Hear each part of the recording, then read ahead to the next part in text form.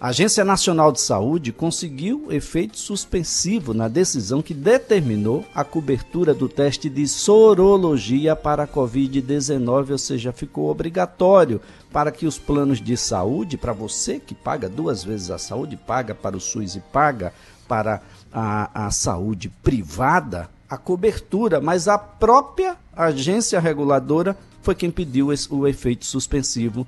Esse pedido foi acolhido pelo Tribunal Regional Federal da 5ª Região e a gente passa a conversar agora com um advogado especialista em direito médico, o Dr. Juliano Pessoa. Dr. Juliano, é um prazer tê-lo aqui no CBN Maceió. Um bom dia. Bom dia, Lisa. É uma satisfação participar do programa, principalmente para a gente abordar esse tema que vem trazendo aí muita insegurança, eu diria, para a população, para os beneficiários dos planos de saúde. Ô Juliano, é possível o senhor fazer uma explicação, um comparativo acerca do que aconteceu? Como é que estava antes e como é que fica agora a partir do efeito suspensivo? Olha só, primeiramente eu queria trazer aqui, Elias, acho que é importante a gente trazer uma mensagem de tranquilização da população primeiramente. Por que eu digo isso? É importante ressaltar que esta decisão de suspensão do efeito da liminar, ela alcança tão somente o teste sorológico, tá? Então é importante lembrar os beneficiários de plano de saúde que desde março se tem a cobertura do RT-PCR, que é considerado inclusive o padrão ouro para diagnóstico da Covid-19, e esta cobertura permanece inalterada. Então é o primeiro ponto que eu gostaria de trazer para a população no sentido de tranquilizar. Essa é uma decisão específica. Eu entendo que é uma pena porque houve uma ampliação do leque de possibilidades diagnósticas por parte do profissional médico a partir do momento que ele tem vários tipos de testagens e exames para poder ele recomendar a depender do caso concreto. Então, olhando por essa perspectiva, né, é ruim porque você diminui este leque. O desembargador entendeu que não houve, no caso concreto, uma omissão injustificada da agência reguladora para que ensejasse essa decisão liminar. E por que ele alega isso? Porque, desde março, como nós falamos, a ANS já incluiu no rol o RT-PCR e, posteriormente, ela incluiu mais 6 exames acessórios, vamos dizer assim. Então, ela não ficou inerte, sem tomar qualquer medida durante o curso da pandemia. Então, o desembargador entende que não houve essa omissão injustificada por parte da agência e que, portanto, o magistrado não deveria, sem ouvir antes a agência reguladora no processo, não deveria ter concedido esta liminar.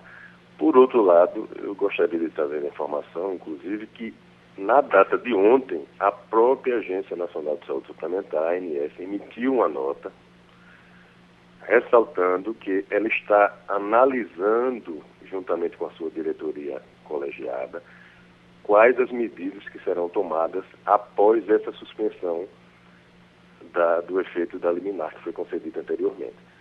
E ela mesma ressalta nesta nota que até que isso seja feito na prática, ou seja, até que ela tome alguma medida prática, permanece sendo válida a resolução 458, que tornou obrigatório o teste sorológico para a Covid-19. Ou seja, de modo muito prático, muito didático, até que a ANS se manifeste formalmente e, de repente, retire do rol de procedimentos obrigatórios esse tipo de teste, as operadoras de planos de saúde devem permanecer realizando a cobertura do procedimento. Até um segundo momento, até que a Agência Nacional de Saúde Suplementar se manifeste formalmente de qual conduta ela terá diante da suspensão que foi concedida pelo TRF, não deve haver, na prática, negativa de realização de testagem, logicamente seguindo todos aqueles protocolos de que essa recomendação de testagem deve ser precedida de uma indicação médica, de uma prescrição médica, como recomenda as normas vigentes. Doutor Juliano, a princípio a gente tinha apenas aquele teste do SARS-CoV-2, era PCR, constava no rol restrito casos com indicação médica, de acordo com protocolos, diretrizes, isso da Resolução Normativa 453 ainda do mês de março. Com esse efeito suspensivo, uma operadora de plano de saúde já solicitou à ANS a revogação da norma. A norma, nesse caso, é a resolução a que se referiu o doutor Juliano, a resolução 458, que incorporou os testes no rol obrigatório e que, a partir de agora, a ANS já se pronuncia com a possibilidade de manutenção ou não. Agora ficou nas mãos da ANS, é isso, doutor?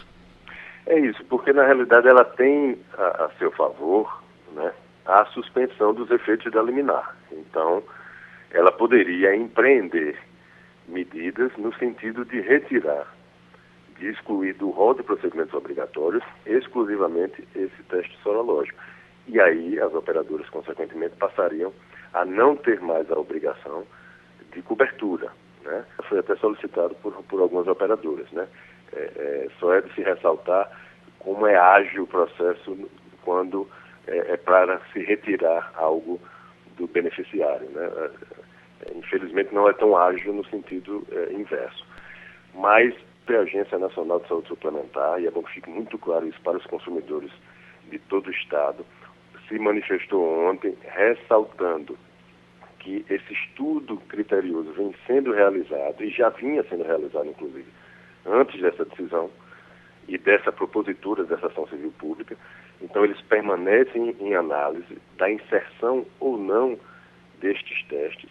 Porém, como houve a determinação judicial anteriormente e já houve a inclusão no rol de procedimentos obrigatórios desde o dia 29 de junho, a ANS ainda não decidiu o que fará, efetivamente, na prática, com essa decisão favorável, no sentido de poder retirar do rol.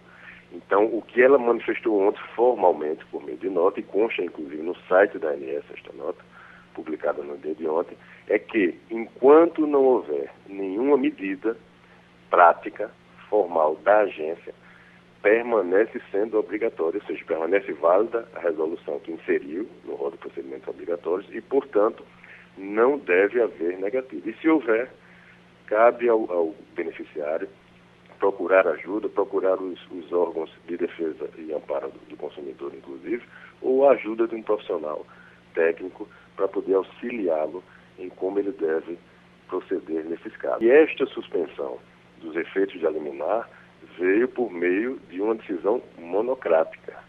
Tá? Então, isto também ainda, do ponto de vista jurídico, poderá sofrer algum tipo de alteração. O próprio desembargador solicitou que fosse remetida com urgência, inclusive, né, diante da relevância do caso, com urgência para o colegiado, né, da instituição, para que se tenha uma discussão mais ampla, né, com outros atores participando e, de repente, se verificar se deve se manter a decisão monocrática, o entendimento do desembargador em particular, ou uma manutenção da decisão anterior que foi concedida no sentido de inclusão no rol de procedimentos obrigatórios. Mas para os beneficiários, para os consumidores, de maneira geral, a mensagem clara é esta. Apesar desta suspensão que houve, ainda permanece a vigência da Resolução 458, que incluiu no rol de procedimentos obrigatórios, e não deve, até um segundo momento, haver qualquer negativa desse tipo de teste em caso de prescrição médica. Em caso de prescrição médica, do jeito que está, imaginando que essa decisão monocrática seja decisão acolhida pelo colegiado, a decisão médica poderá ser negligenciada? A decisão médica poderá não ser seguida, doutor? Na realidade, caso mantenha esse entendimento, né, de que não é obrigatório, ou seja, vai se excluir do rol de procedimentos obrigatórios, consequentemente, e aí sim passará a não ter, na prática, a obrigatoriedade da operadora arcar, como acontecia, inclusive, antes de 29 de junho. Né? Então, o beneficiário poderá, caso o seu médico entenda que deve realizar essa testagem, ele terá duas opções. Ou ele arca com essa testagem particular, né, ele arcando com o ônus financeiro de realização, ou ainda nada impede, como inclusive vinha acontecendo antes do dia 29 de junho, nada impede que um beneficiário de forma individual, né, se sinta de repente prejudicado de alguma forma e recorra ao Poder Judiciário, pleiteando, requerendo a cobertura, a obrigatoriedade de cobertura dessa testagem, no caso dele concreto.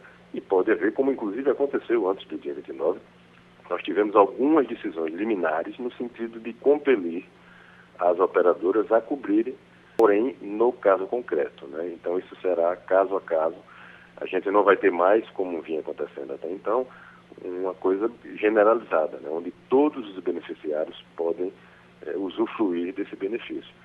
Então, caso seja excluído do rol de procedimentos obrigatórios, poderá haver essa propositura de demanda judicial individualizada em cada caso concreto, mas aí a gente vai depender, lógico, da apreciação e da manifestação do juízo, né, que se deparar com essa demanda, o que é que ele vai entender e como é que ele vai proceder na prática. Bom, é uma situação extremamente delicada, né, doutor Juliano? Porque imaginar que o beneficiário do plano de saúde não tenha condições e tenha tido indicação médica para a testagem, uma testagem que seja, como o doutor já bem colocou, a testagem ouro, entre os testes que são realizados, e esse usuário vem a óbito, a sequelas irreversíveis. O risco de dano como esse para o plano de saúde não é muito mais, penoso do ponto de vista até mesmo financeiro? Inclusive as operadoras, quando dessa decisão, né, a anterior que incluiu no rol, houve muita notícia na própria mídia, inclusive no sentido de que as operadoras iriam ter um grande prejuízo, vamos dizer assim, financeiro por conta da inclusão no rol desse tipo de testagem. Realmente, de forma particular, discordo muito desta visão. Acho que não é esse tipo de teste e o valor, inclusive, desse tipo de teste que irá levar qualquer tipo de operadora à falência, né? E penso eu também que o profissional médico está por trás de tudo isso. Então é importante destacar isso. A população, mesmo com inclusão no rol, como ainda permanece no rol de procedimentos obrigatórios, o consumidor, o beneficiário de plano de saúde, ele não tem a possibilidade de se dirigir espontaneamente até um laboratório e dizer que quer fazer o teste. Não é assim que acontece na prática. Ele tem que recorrer, procurar o seu médico, e o médico é que irá avaliar, no caso concreto, de forma técnica, com muita responsabilidade, como vem fazendo, inclusive, e averiguar qual é o teste que melhor se enquadra àquele paciente. E é por isso que eu enxergo que quanto mais possibilidades de diagnóstico o profissional médico dispõe, melhor e mais preciso é esse diagnóstico. Então é isso que eu defendo. Tá? Eu não entendo que, pelo fato de se ter o teste, vai se usar de forma indiscriminada. Eu, inclusive, me manifestei quando da decisão anterior, numa oportunidade, e disse isso, defendi isto, que o profissional médico passaria a ter um papel crucial no uso racional dessas ferramentas, né? Porque, por óbvio, a gente pode, se usar de forma indiscriminada, a gente pode amanhã suportar uma situação de escassez, por exemplo, desse tipo de teste no mercado. Isso pode acontecer. Mas o que nós vimos na prática, nesse curto período de inclusão do teste sorológico, não foi uma demanda gigantesca nos laboratórios e um altíssimo número de prescrições indiscriminadas, no sentido de vamos testar a população toda para a gente saber se ela teve ou não contato. Não foi isso que aconteceu na prática. Permaneceu-se com muita serenidade, com muita responsabilidade, os profissionais médicos recebendo as queixas, os questionamentos dos seus pacientes, analisando os casos concretos e naqueles casos que, tecnicamente, dentro dos critérios do Ministério da Saúde e da Organização Mundial da Saúde, o profissional constatou que seria necessário realizar o teste A, B ou C, daí não interessa qual tipo de teste, ele prescreveu e encaminhou o paciente. Então, eu entendo que é muito salutar que nós, independente dessa discussão jurídica, tenhamos novamente este cenário restabelecido. A própria ANS, nesta nota de ontem, assevera que vem quase concluindo essa discussão técnica interna da inclusão ou não do teste sorológico, independentemente de qualquer medida judicial que tenha sido empreendida. Então, espero eu que ela, de fato, chegue a esta conclusão de que é importante essa ampliação no leque de possibilidades de diagnóstico para que o profissional médico tenha à sua disposição a maior possibilidade de ferramentas possíveis no enfrentamento desta pandemia, que, como todos nós estamos assistindo diariamente, né, na mídia nacional, local, tem uma gravidade e um percentual de alcance danoso, vamos dizer assim, grande na população brasileira e aqui também no nosso estado. Vem havendo uma redução, né, nesse quadro, especialmente aqui na capital, mas ainda é um quadro de pandemia, um quadro grave, que os profissionais necessitam, prioritariamente, ter à sua disposição o armamento, entre aspas, necessário para enfrentar esse inimigo invisível. Né? Esse é o meu pensamento. Eu, sinceramente, não compreendi o comportamento da ANS, vive aí a sua dubiedade a quem de fato ela presta serviço. E, sinceramente, não compreendo a festa que faz as operadoras de plano de saúde na medida em que um diagnóstico precoce faz com que essas pessoas estejam em casa, sendo tratadas em casa ainda no início, e a gente sabe o que significa o custo de uma internação, com todas as intervenções, e uma internação em UTI que leva 1 mês, 2, 3, tem gente que está lá há mais de 100 dias na UTI, e a gente sabe o significado disso financeiro para a operadora de saúde. Eu, sinceramente, continuo sem compreender por que tanta festa das operadoras. Dr. Juliano Pessoa, é sempre um prazer tê-lo aqui no CBN Maceió. Um ótimo dia para o senhor. Um ótimo dia, muito obrigado, Elias. Olha, Dr. Juliano Pessoa é advogado especialista em direito médico.